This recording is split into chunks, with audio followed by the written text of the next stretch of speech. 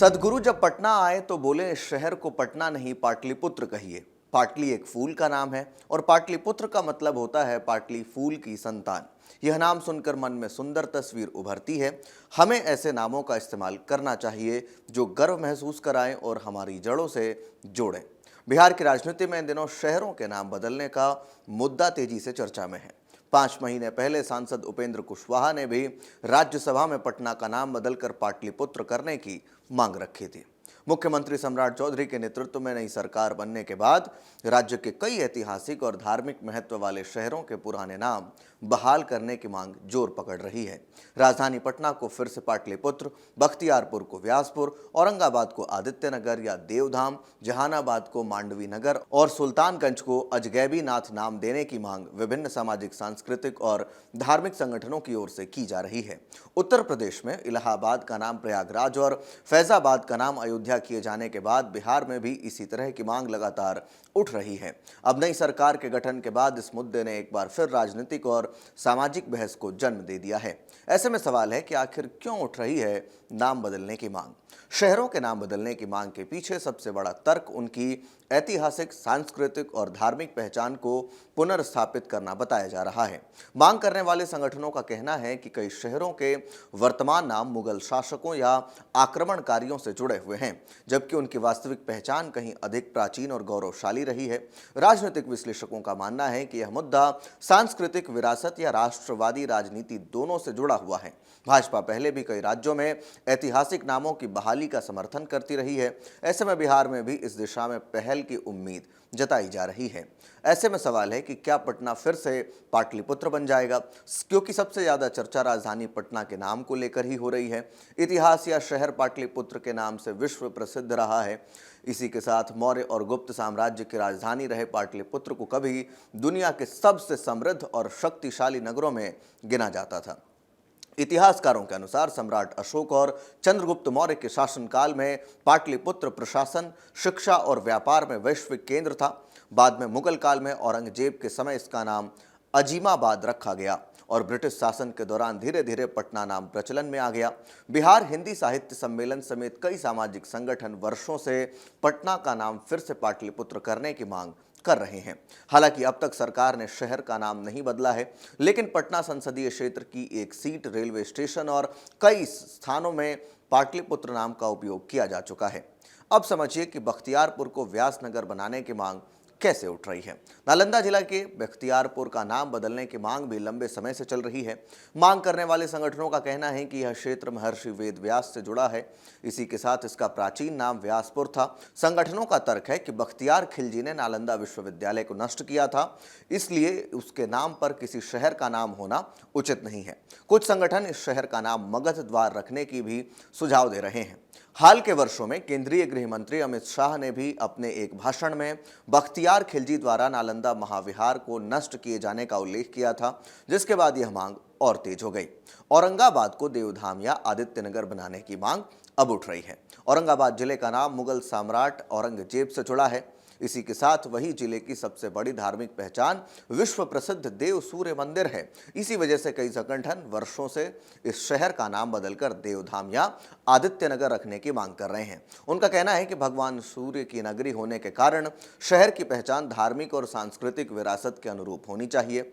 जलेश्वर विकास केंद्र नामक संस्था पिछले 3 दशकों से इस अभियान को चला रही है और समय समय पर सरकार से मांग करती रहती है। जहानाबाद को मांडवी नगर बनाने की मांग अब तेज हो रही है। जहानाबाद के नाम को लेकर भी इतिहास और लोक कथाओं का हवाला दिया जाता है। माना जाता है कि इसका वर्तमान नाम मुगल काल में शाहजहां की पुत्री जहां आरा से जुड़ा है। वही कई इतिहासकार और स्थानीय संगठन दावा करते हैं कि प्राचीन काल में इस क्षेत्र का नाम मांडवी नगर था, जिसका संबंध भगवान राम के छोटे भाई भरत की पत्नी मांडवी से माना जाता है। धार्मिक मान्यताओं के अनुसार महाभारत काल में भी इस क्षेत्र का विशेष महत्व था। इसी आधार पर शहर का पुराना नाम बहाल करने की मांग उठाई जा रही है। अब बात करते हैं सुल्तानगंज की।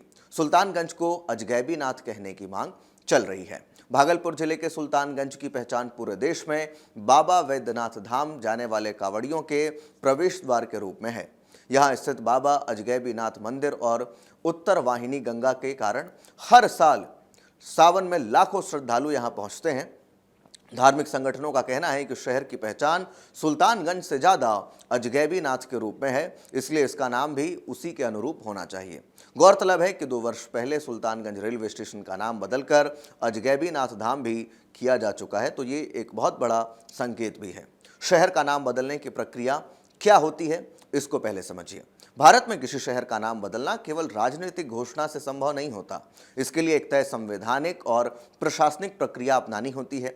सबसे पहले राज्य सरकार या जनप्रतिनिधियों की ओर से प्रस्ताव तैयार किया जाता है। इसके बाद विधानसभा से प्रस्ताव पारित होता है। फिर इसे मंजूरी के लिए केंद्र गृह मंत्रालय भेजा जाता है। गृह मंत्रालय से अनापत्ति मिलने के बाद रेल मंत्रालय, डाक विभाग, survey of India, intelligence bureau और अन्य संबंधित विभागों की सहमति ली जाती है।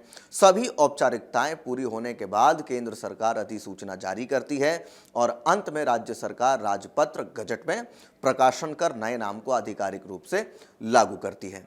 अब इसमें एक और बड़ा सवाल है कि आखिरकार कितना खर्च आता है। शहर का नाम बदलना केवल बोर्ड बदलने तक सीमित नहीं होता। इसके लिए सरकारी दस्तावेज, राजस्व record, railway station, bus stand, हवाई अड्डे, डाक विभाग, सड़क संकेतक, नक्शे, वेबसाइट, डिजिटल रिकॉर्ड और कई प्रशासनिक व्यवस्थाओं में बदलाव करना पड़ता है।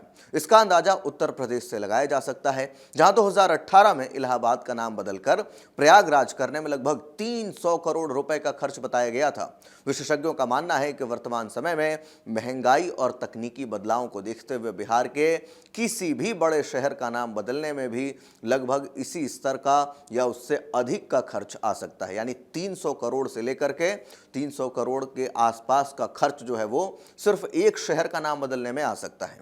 अब राजनीतिक और सामाजिक बहस भी इस पर जोरों शोरों पर है। बिहार में शहरों के नाम बदलने की मांग ने एक बार फिर इतिहास, संस्कृति और राजनीति को आमने सामने लाकर खड़ा किया है। समर्थकों का कहना है कि इससे राज्य की ऐतिहासिक पहचान मजबूत होगी, जबकि विरोधियों का मानना है कि सरकार को नाम बदलने के बजाय विकास, शिक्षा, रोजगार और आधारभूत सुविधाओं पर अधिक ध्यान देना चाहिए। फिलहाल सरकार की ओर से इन मांगों पर कोई औपचारिक निर्णय तो नहीं लिया गया है, लेकिन राजनीतिक माहौल को देखते हुए आने वाले दिनों में यह मुद्दा और अधिक चर्चा में रहने की संभावना है। अगर राज्य सरकार इस दिशा में कोई पहल करती है तो बिहार की पहचान से जुड़े कई ऐतिहासिक शहर नए नामों के साथ नई बहस का हिस्सा बन सकते हैं। इस पूरे विषय को लेकर के आप क्या कुछ सोचते हैं, कमेंट बॉक्स में हमें अपनी राय लिखकर जरूर दें। धन्यवाद। आपके राज्य की खबरें, आपके शहर की खबरें सबसे पहले जानने के लिए देखते रहें अमर उजाला। चैनल को सब्सक्राइब जरूर कर लें और पाएं हर अपडेट। आपके राज्य की खबरें, आपके शहर की खबरें सबसे पहले जानने के लिए देखते रहें अमर उजाला। चैनल को सब्सक्राइब जरूर कर लें और पाएं हर अपडेट।